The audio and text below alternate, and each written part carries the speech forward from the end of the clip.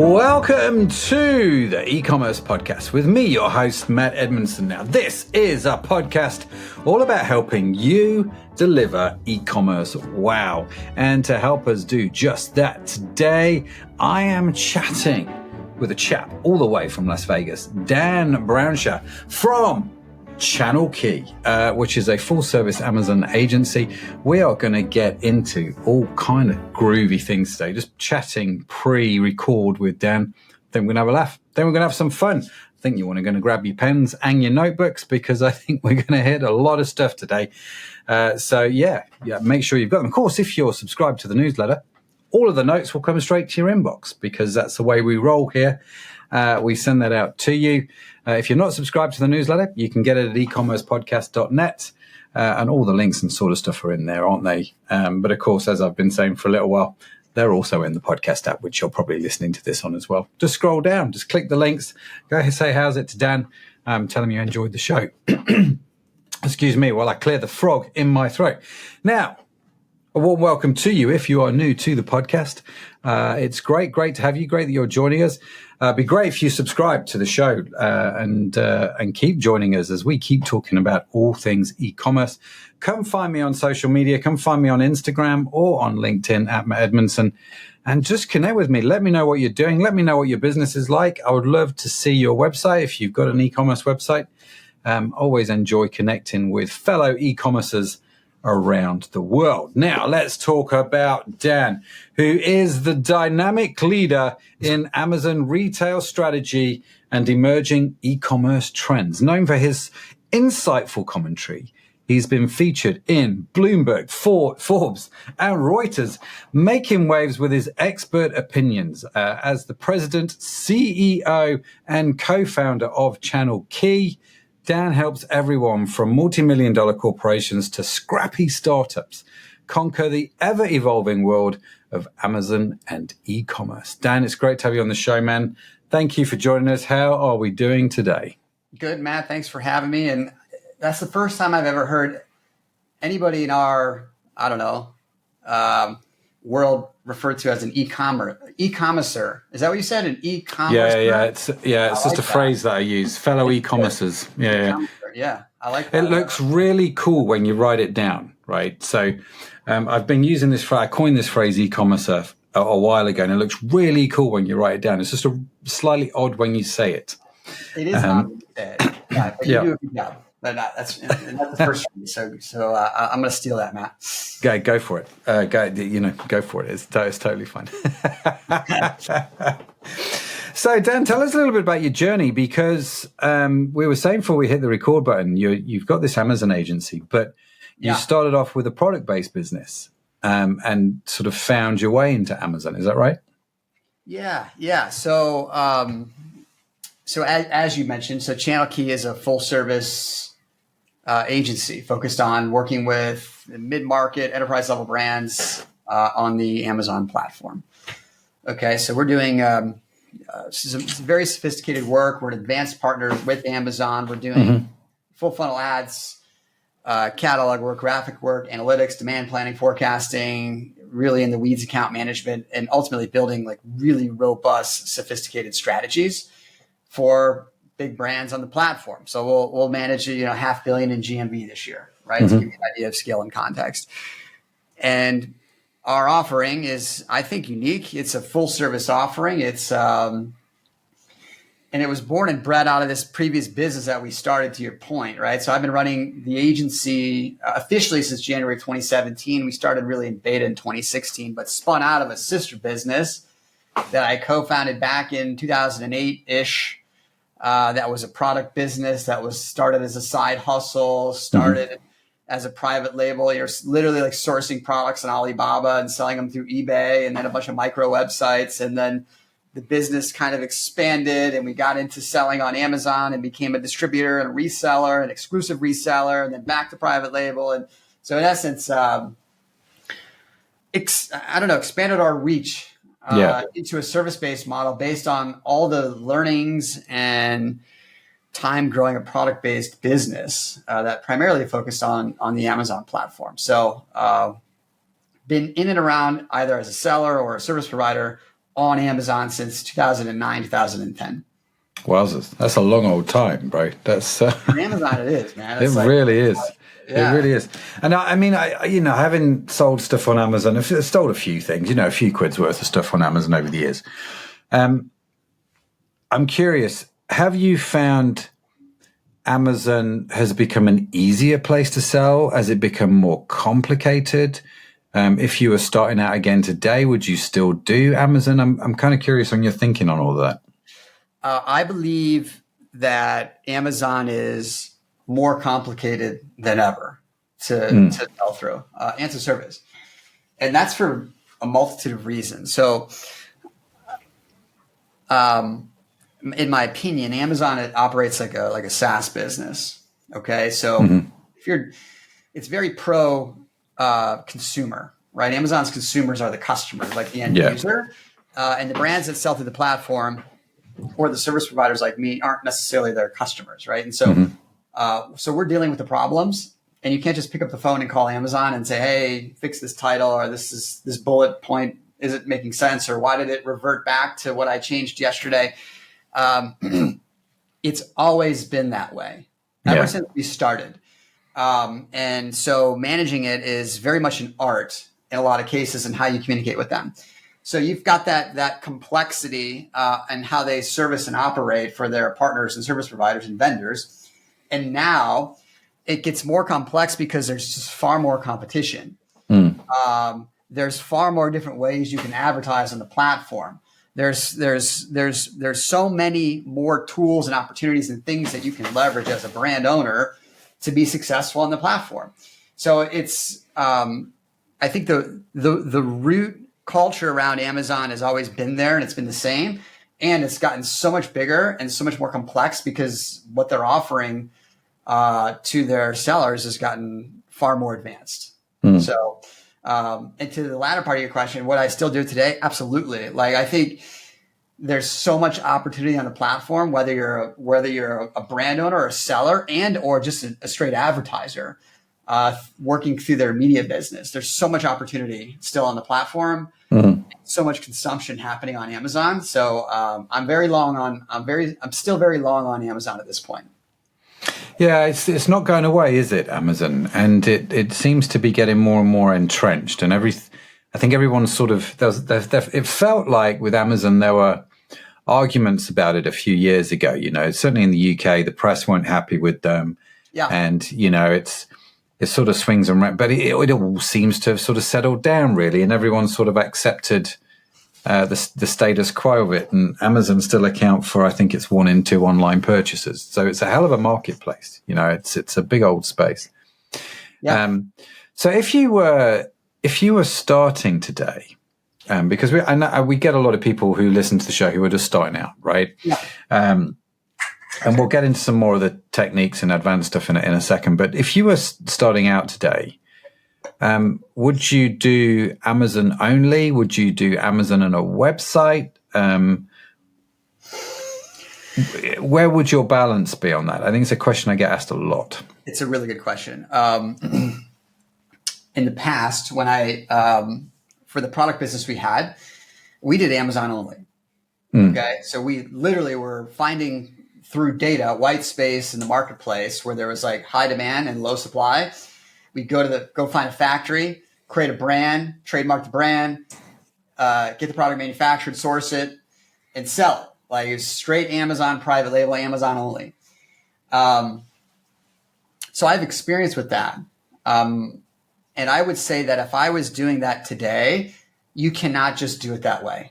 It is hyper competitive. The barriers to entry are ridiculously low. The access to data is everywhere. It's ubiquitous. And so even if you happen to stumble upon a niche that is super hot and unpenetrated,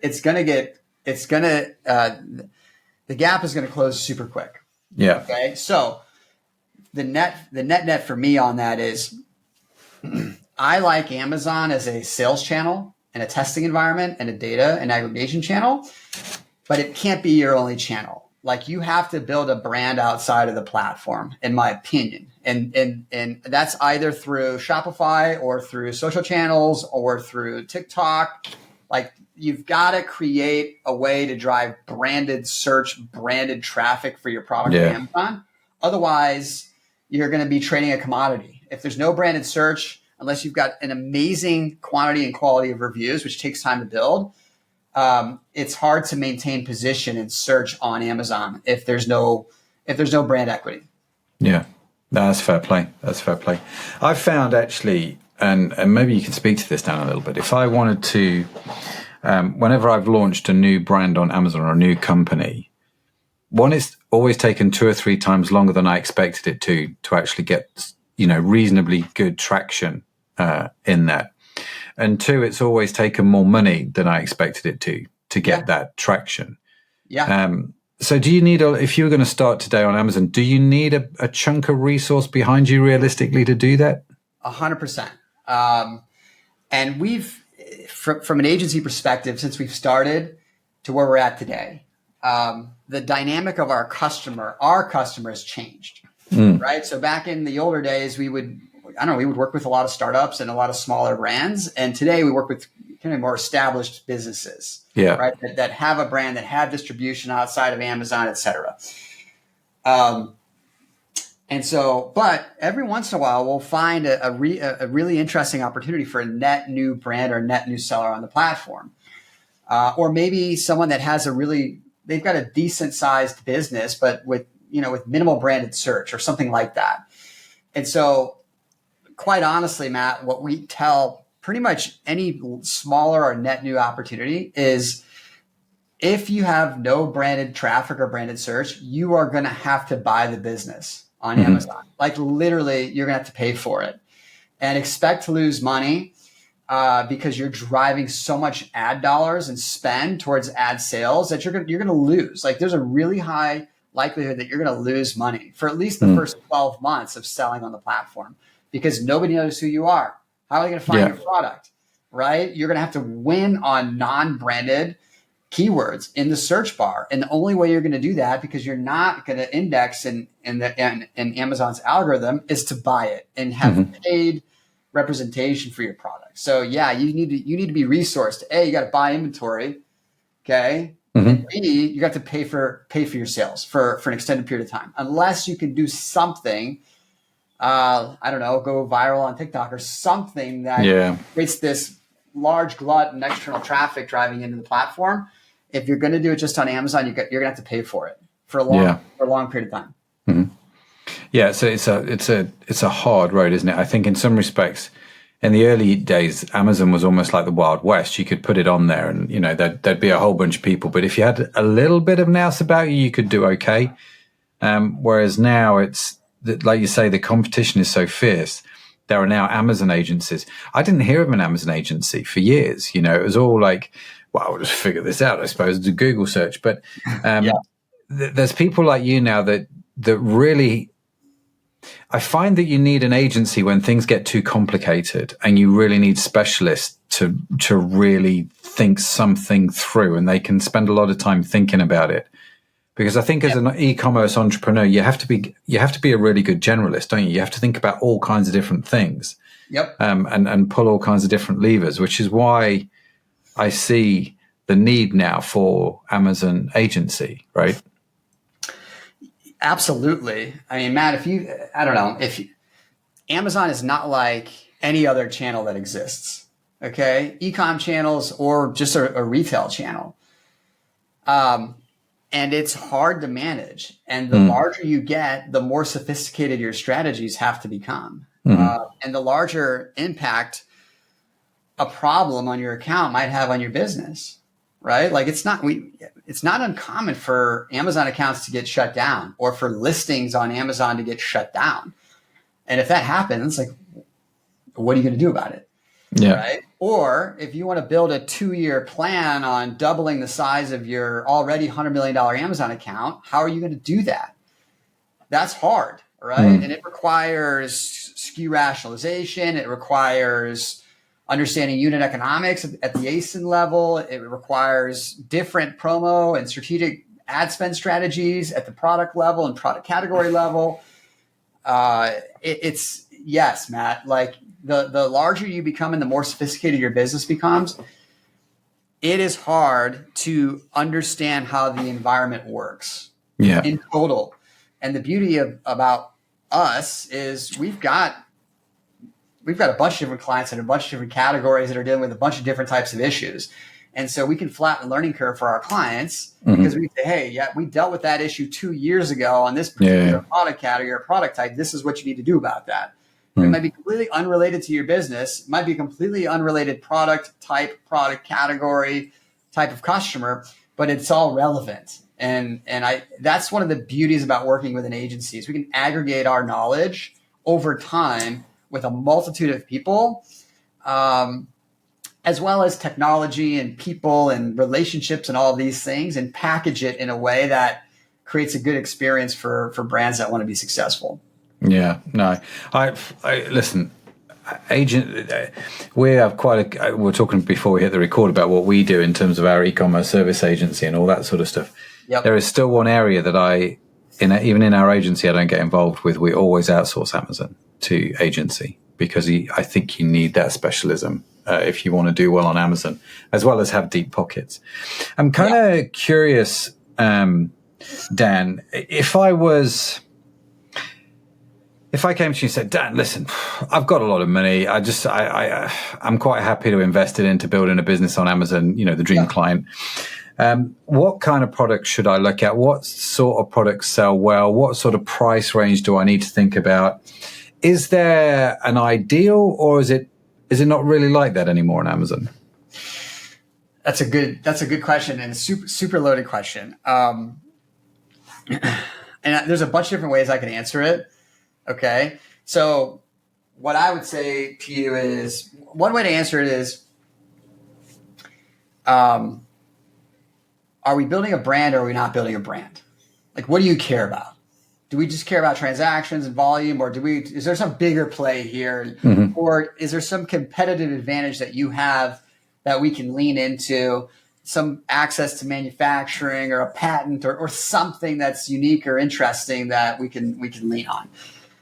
And if the answer is yes, cool, let's blow it out of the water and let's figure this thing out. And it doesn't matter what the product type is, right? Or the category, the price point. Assuming you can make money and there's margin, there's demand for the product type, great. If you've got a competitive advantage, let's seize on that competitive advantage. And we can run the margin analysis and tell you how much money you're going to make and all those things. That's one way to look at it. I think from my experience, what is super interesting to me and my company right now from a client set perspective is, and I'll say this, and I'll caveat this, we're generally category agnostic. Like, we look for good products and good brands that are successful and that are resourced well. But there's a dynamic that I really am keen on right now, and that is in the, I would say, consumable space, but even going down a notch in supplements. Like, supplements is a really interesting category right now, and we're having a lot of success with it. The reasons I like it are, the margins can be really high for brands. You can make a $3, pill jar of some supplement and sell it for $40. Okay, so high margin, small packaging, easy to ship, right? Yeah. But the really cool dynamic, in my opinion, given that margin profile, is getting consumers onto a continuity program. Okay, so if I sell a supplement, I take a magnesium supplement or whatever it is, well, guess what? I'm going to buy a 30-day supply, and I need it delivered to my house every 30 days. And so the name of the game, and the really cool thing about Amazon's ad business and the visibility that you can get through some really sophisticated tools, is you can see how these consumers are engaging with your product type throughout the entire ad funnel. And if you know the LTV of that type of consumer, and you can get a net new customer through Amazon and get them onto a continuity program through Amazon, like Subscribe and Save, the LTV equation gets super interesting. Okay. Yeah. And the business kind of starts snowballing on top of itself. And so I like that dynamic. That's a really fun dynamic, high margin op, high product type demand category. It can be hard, right? Because it's regulated by Amazon.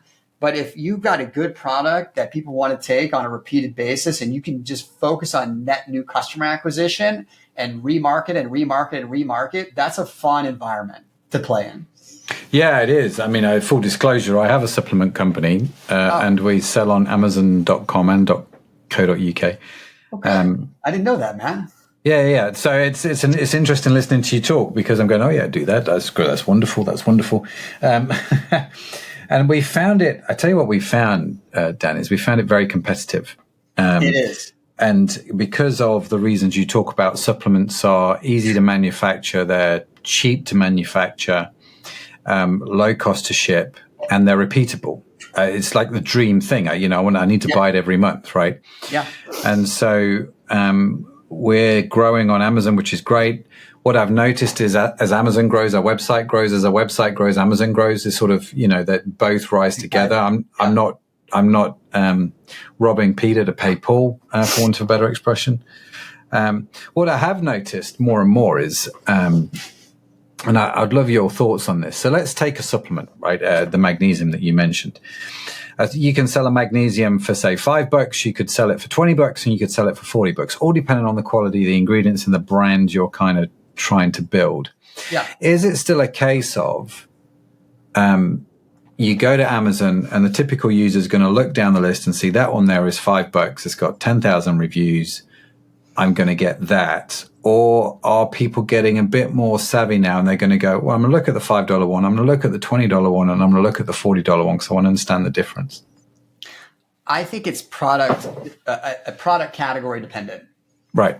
Okay. So if I'm talking about me as a consumer, something I'm going to put in my body, okay, that's going to affect my health, I have a higher propensity to really understand what the product is and not just shop on price. Mm-hmm.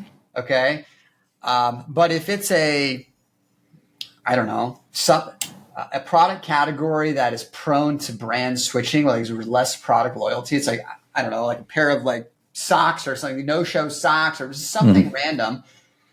I might just take the cheapest. Yeah. And it might not matter to me. So I think that it's product type dependent. Mm-hmm. Okay. Is this a big purchase? Is this a small purchase? Do I care like if it's perfect or not? That determines I think, sophistication and how the consumer is going to be searching and browsing for product types. So supplements, I think there's a lot of loyalty Yeah, there is. Yeah, there is definitely brand loyalty. And we've definitely, our pricing structure is we're not the cheapest by any stretch of the imagination, but we've gone for the better quality ingredients, which means we get much better reviews ultimately, because people go, oh, we see this works. We were talking like a chew toy for your dog, and the chew toy that you've bought is out of stock, and it's an $8 chew toy. You're going to go buy another $8 chew toy, right? Yeah. It's not a loyal category, whereas I think supplements absolutely is, because of the inherent nature of it. Yeah. One of the things that we mentioned before recording, that, one of the things that I'm doing at the moment is building an e-commerce group. We're into mergers and acquisitions and all that sort of stuff. One day soon, dear listener, I'll talk a little bit more about it on the show, because I'm sure some of you might be interested. But one of the companies that we looked at was an Amazon business that sold. They wanted to sell their business. They had a fair bit of stock. They were selling. Like a plastic food. Let's say it was a food container. I won't say exactly what it was, but let's call it a food container, a plastic food container. And they'd done quite well. They got 40,000 reviews. The margins were so tight because they got 40,000 reviews that everybody looked at that and gone, oh, I think I can source those. And so, like 40 more people were now selling the same product. So competitions come in. There's then a race to the bottom on the pricing. Yeah. How would you how would you advise? I mean, it's not a business that we ended up investing in, but how would you advise people like that, where they've done well for a season, there's more and more competitors coming into the market? How do they maintain their je ne sais quoi, as the French would say? Build a brand. Yeah. Build a brand. Otherwise, if you've got no brand equity, brand loyalty, you've got no moat around your business, right? You're subject to commoditization. You're subject to competition. Whereas if you can build a brand with a proper brand voice, and you can get people that might be willing to pay a premium or might be willing to search for you directly because they trust you, they like your vibe, they like your like whatever, that's the way you avoid that trap. And it wasn't always like that, right? It was not always like that. But if you are simply a no-name brand that's trading on review and price, be prepared for competition, and be prepared for margin degradation, not only from competition, but from Amazon. Like, Amazon is going to keep raising prices, for you to ship product or fulfill product or for you to advertise on the platform. So it's just like any business, Matt. Like, you've got to have some sort of protective moat around what you're doing, or you're subject to some sort of future competition issue. Yeah. And from what we've seen on Amazon, the way you hedge against that is either channel expansion or building a brand. I love this phrase, build a moat. It's a very English castle. You need to build a moat. That's what you need to do. In fact, moat agency. How do you do that then? Right. So how do you build a brand on Amazon? It's hard. Okay. It's hard. And let's see.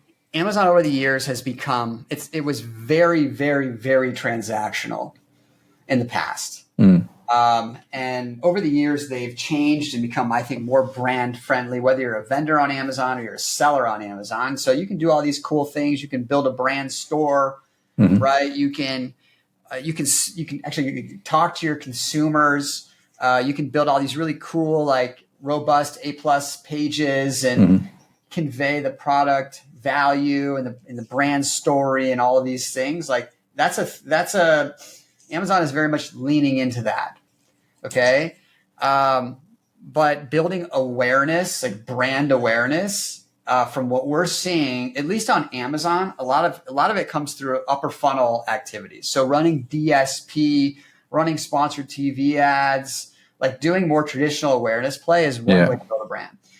Another way is through social media and through social channels, whether that's Meta or Instagram or TikTok. If you can speak to the consumer and tell your brand story via social media channels, what we're finding is that's required almost. It's hard to build a net new brand just on Amazon. It's really hard. Yeah. It's one channel. It's a sales channel. It's a great sales channel, but you have to have activities outside of that platform to actually build a brand. And so the best ones we're seeing are doing it through Shopify or Meta or Instagram, or they have a TikTok strategy or something like that where they're building awareness. And so that actually the building the brand is outside of Amazon, isn't it? It's and you're going back to old school methodology, isn't it? Which means actually, if I think about the food container company, they've not really got a brand, if I'm honest with you. And the company they bought the products from in China is quite happy to sell those same products to everybody else. So you can't distinguish really on anything. Even the imagery, is quite similar. And so at which point you then got to go, I need to go into different categories and take my knowledge of Amazon and go into different sectors and different areas. Yeah. So you could do product expansion, like you could get into different product categories, or you can lean into different channels, right? Depending upon what you are and who you want to be. Okay. Like, there was a whole aggregator craze, and I don't know when you were buying Amazon business. We actually sold our Amazon business, our product business. It was a Amazon private label product business that was Amazon only. Like, that was the only channel. And we sold that in 2021. Yeah. And there was this whole kind of craze of aggregators trying to aggregate these brands, these Amazon-only brands, and package them up and become the next like P&G or whatever, and have this house of brands. Yeah. And I think the challenge in a lot of cases was there was the story, the brand story was, I'm on page 1 of these primary search terms. In results, I've got 10,000 reviews at 4.5 stars. Like that's the asset, right? Yeah. It's your indexing in their search algorithm. But outside of that, there's nothing. And so if Amazon changes their algorithm, or, we've seen them running tests recently where they're not even showing reviews in this product search results. Like, oh shit, like what are you going to do then? Yeah. Right. So you don't own it. Like it's not an owned entity. You own the product detail page and you own the account, but you don't own the customer. Yeah. And so it's very transactional in nature, unless people are searching for your brand directly. Yeah. That's the key, because they know who you are. They know what you stand for. They like the product. They have tried this product type in your line, and now they're going to try this one because you've expanded and you're offering more. That is what you have to do to build longevity. If you're just selling a widget and the widget's got a price, and even if you got a bunch of reviews, but nobody cares who you are and nobody knows who you are, you've got exposure. Yeah, well, you've got a very limited time, haven't you? It's a very short run. In my head, it seems to be quite a short run business model to do that. It's interesting you talk about how Amazon have been testing taking away reviews on the search page, because I, like many people, I think, who shop on Amazon, and I'm not looking for, to be fair, if I look for a specific brand, I don't buy it usually on Amazon because I know I can get it cheaper from some other place, usually. Not always the case, but usually. Plus, I'm much happier to give all my money to an online retailer rather than giving Amazon, 30% of the fee, because I think, Jeff Bezos got enough of my money. But if I'm on Amazon, I'll put something in. Like the other day, I was searching for a shoe stretcher. So I've got these new shoes, and they're very uncomfortable when they're my winter boots. And I'm like, I'm going to get a shoe stretcher so that, I don't destroy my feet. Well, I'm going to get that from Amazon because I don't know a brand. I don't care enough to go searching on the web. And all I do is I put in shoe stretcher and I scroll down the results. What's got the most reviews, the highest reviews, and there's a price that I think is reasonable. But it's interesting that they're playing around with no reviews on that listing. Yeah, it was a quick test they ran, I think, earlier in the summer. It's I don't know why they tested it or what the intent was, but I think they reverted back. But you never know. It's their platform, and they make the rules. Yeah, and you'll never control it. Nope. And so you've got to hedge against concentration risk, just like any business. You've got concentration in a single channel, and you've got an issue with brand loyalty or brand equity. You've got concentration risk, and so how do you solve for that? I remember when we were doing the beauty, we had a beauty website before I sold it, and one of the brands we had an agreement that we could sell it on. We were the sole supplier of that brand on Amazon, and Amazon actually bought the product from us directly and sold it themselves. So they marketed the product, they sold the product, and I remember one day we were on the platform and we're like, well, that we need to put our manufacturing costs have gone up, so we need to put the base prices up, which will put the retail price up. Could we change the cost to Amazon on that platform? No. For love nor money, we tried for about 6 months to put the price up and couldn't do it. And eventually it just got to the point where it's like, well, actually we'll just take all the stock. We'll just, stop selling. And then we actually had someone give us a ring because they're like, oh, this is not quite right, is it?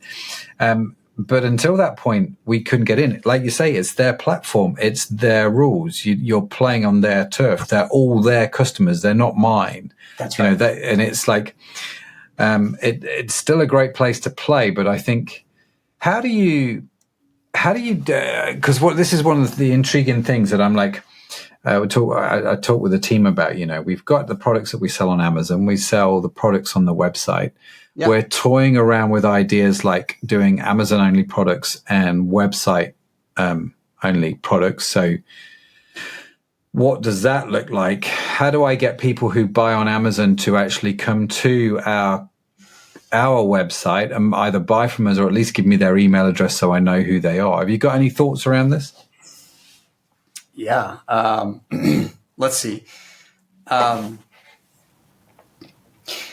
your earlier point about the pricing, sometimes you can control the pricing and sometimes you can't, right? Mm-hmm. There's a bunch of different distribution models on the platform, right? You can either sell yourself, right? You go 3P, like sell D2C on Amazon, or you can sell to Amazon as a wholesaler, right? You negotiate mm-hmm. costing and all of that, which is really hard to change. And they set the retail price. You can't change the retail price. Mm-hmm. Or you go through a reseller or something like that. So how you distribute dictates a lot of your strategy on the platform, right? And it affects distribution outside of Amazon as well, because if you've got a pricing issue and one's high and one's low, like that matters, right? Mm-hmm. So that's an interesting topic you brought up earlier. And with regards to, like, you're talking about assortment segmentation, right? Or curating a specific type of assortment for Amazon versus not. I would ask why. Like, what's the end goal? And we can talk about how you activate your Amazon customers on your website. That's a different topic. But I'd be curious to know, what's the purpose of trying to create an Amazon-only assortment versus a Shopify assortment? What are you trying to accomplish? It's an interesting question you asked, and it was a thought exercise, okay. And it was if I'm honest, the question was more around if we did products which you could only buy on our website, and not on Amazon. So you'd sell your popular products on Amazon, which we do well with. If we put certain products just on our website, would that draw people from Amazon to ourselves? I don't know. And then the conversation was, well, what would happen if we just did something that was like a bundle on Amazon that you could only get on Amazon, like an Amazon offer?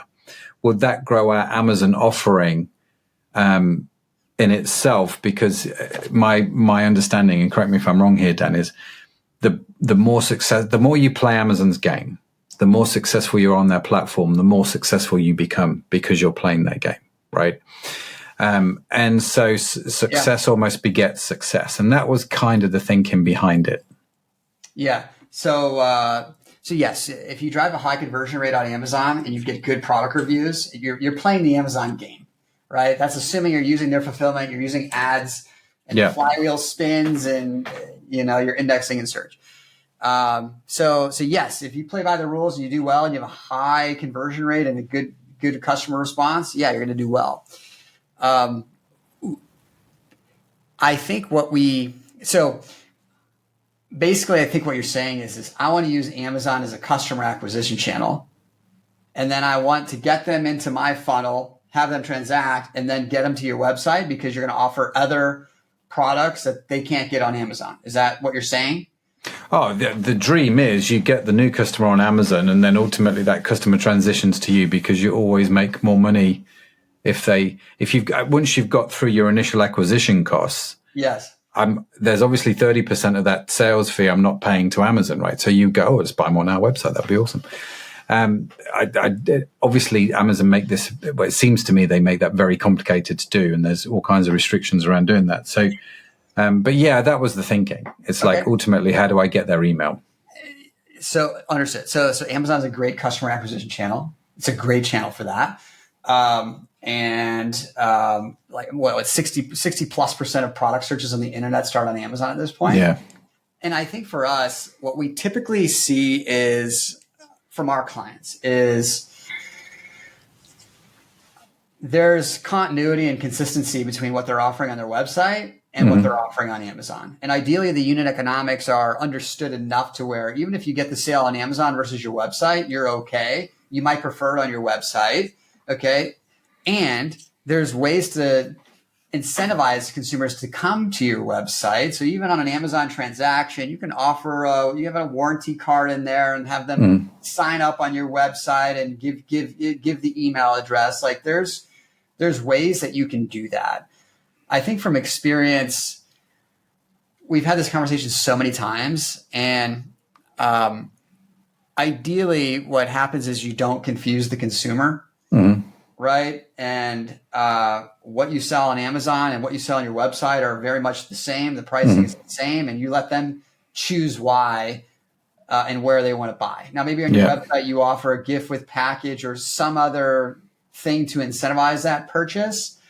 But ultimately, at the end of the day, like, consumers are sophisticated and they want to shop where they want to shop. Maybe they're loyal to Prime and they like their Prime membership and they don't want to sign up for your website because it's a net new sign up and they don't want to deal with that. They want to give you their credit card information. So I would focus on the why and understand how you're using Amazon as a platform and a channel and what you're trying to accomplish, and ultimately try to not confuse the consumer and just make it as easy as possible for them. Yeah, no, very good. Keep Amazon in the sense of look after your Amazon customers well, look after your website customers well, and life's good in many ways. And ultimately, if you build a brand, and you make a choice and you say, hey, listen, there's so much demand for my brand that I don't care if I sell it on Amazon. Great. Yeah. More power to you, right? Like, there's a bunch of products that I buy that I can't buy on Amazon. Maybe it frustrates me, but I still buy it because I like the brand, know? So I think that the channel strategy is important, and you've got to play the channel strategy, which speaks to your brand. But what's more important is the product and the quality of the brand. Yeah. No, definitely. And that's another interesting thing, actually. One of the things that we've noticed certainly in the supplement space is obviously you get access to a lot of data and you go, well, man, they're shifting a load of that product. But that product wouldn't necessarily fit the brand ethos that we have currently. Yeah. And so you look at it and go, there's a lot of set, because I know how much it costs to manufacture. We can do our own manufacturing. So I know how much it would cost to manufacture that product. So it's kind of like, that's a little bit tempting. But then I think I'm going back to the original. I then have to build a new brand I'm selling this on Amazon, but I don't really think it will sell on our website. And in fact, I think some of our customers will get hacked off if I sell that on our website, because it kind of goes a little bit against some of the things that they're thinking. Yeah.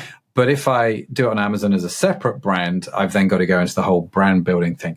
So then the cost, although the opportunity, there's some interesting costs with it as well. So it swings and roundabouts. Yeah. I mean, that's an interesting play though, right? Good, better, best. Maybe your competitive advantage is you've got this whole other business, this whole other brand, this whole other supplement business. And your competitive advantage is I can manufacture, given that business, I can piggyback off of it and manufacture cheaper than anybody else.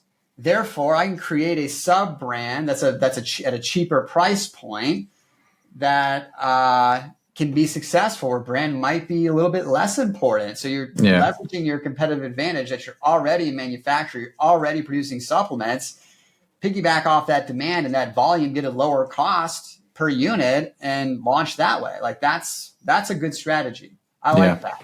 Yeah. Very good. Dan, listen, I'm aware of time and it has just flown by at a gazillion miles an hour. I really enjoyed it. One of the, if I don't mind, one of the questions I would like to know, has always intrigued me, right, is the relationship to review numbers and sales. So if I go to a product and let's say it's got 1,000 reviews, and now I know what it's like. I can see how many reviews we've got on our products, and I can see how many products we have consequently sold. So I can say, right, for every review that we've had, we've sold, say, 100 products, because it's easy maths, right? So I get one review, that means there's 100 products. So when I'm scanning down looking for product opportunities and I see a product with 1,000 reviews, in my head I'm going, well, if they're in a similar industry, that means they've done 100,000 unit sales at that sort of price. Yeah. Thinking about product research, because one of the things I do like to say to clients, to people when they're doing product research, just look at Amazon, look at the reviews, see what's going on, see, how popular it is there. Is that still a valid thing to do? Is it a case of, I don't know I assume the ratio between reviews to product sales is going to be very category dependent. But have you noticed some sort of correlations between reviews and end sales? Yes.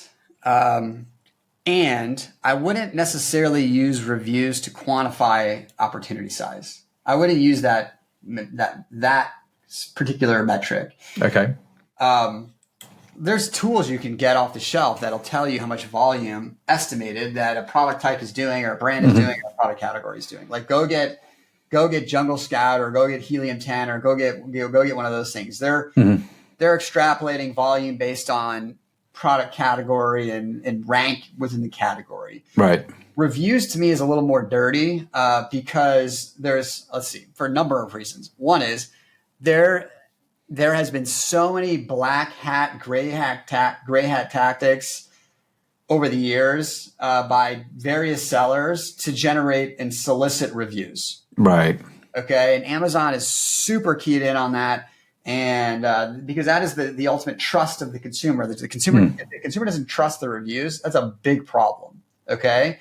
So, and furthermore, the way the categories are organized, and like sometimes reviews are at the let's see, I don't want to get too technical.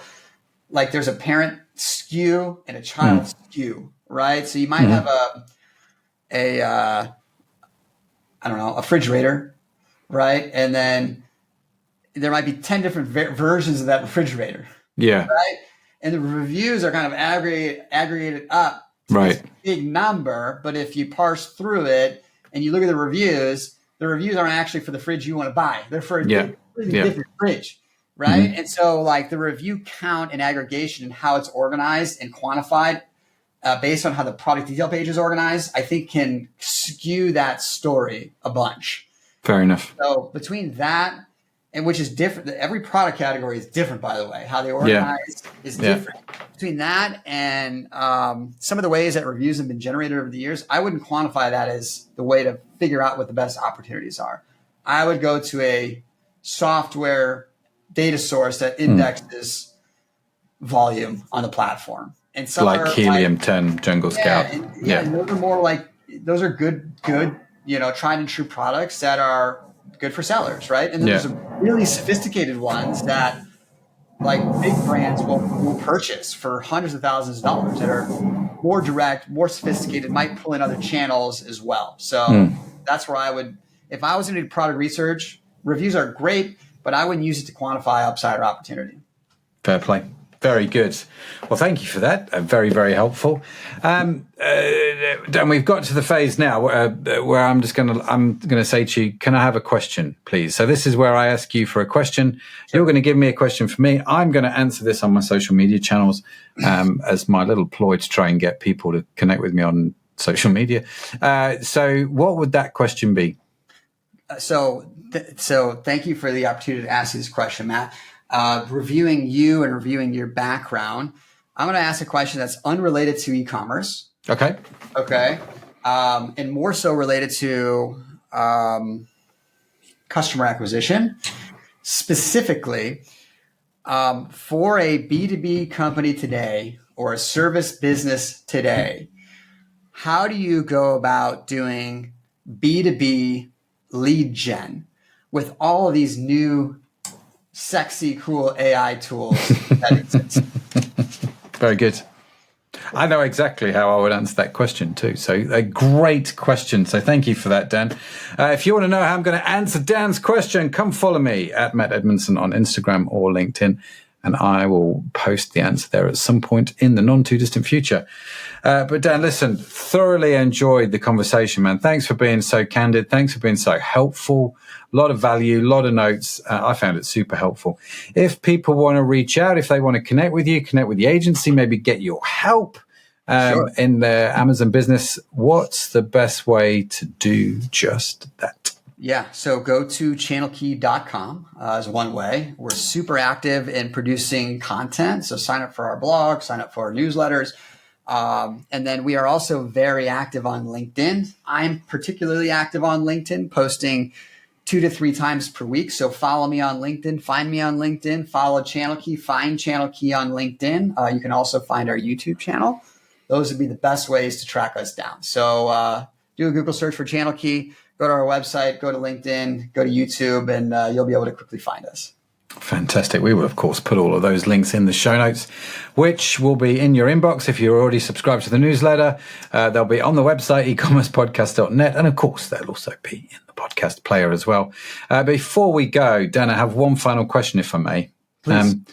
Behind you is a record with a yellow label. What's the record? It looks like it's been signed. This one right here? This one? Mm-hmm. That is a Outkast, hip-hop group Outkast.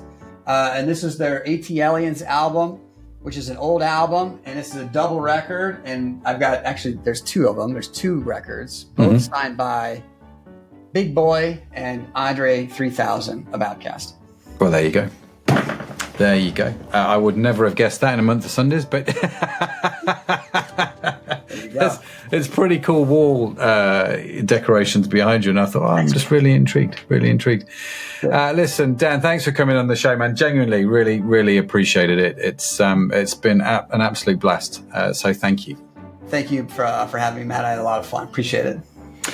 Well, there you have it. What a great conversation. Huge thanks again to Dan for joining me today. So be sure to follow the e-commerce podcast wherever you get your podcasts from, because we've got yet more great conversations lined up, and I don't want you to miss any of them. And in case no one has told you yet today, let me clear my throat and be the first. You are awesome. Yes, you are. Created awesome. It's just a burden you have to bear. Dan's got to bear it. I've got to bear it. You've got to bear it as well. Now, the e-commerce podcast is produced by PodJunction. You can find our entire archive of episodes on your favorite podcast app. Theme music was written by Josh Edmondson. And as I said, you can find out more about us and all the stuff that we do at ecommercepodcast.net. But that's it from me. That's it from Dan. Thank you so much for joining us. Have a fantastic week wherever you are in the world. I'll see you next time. Bye for now.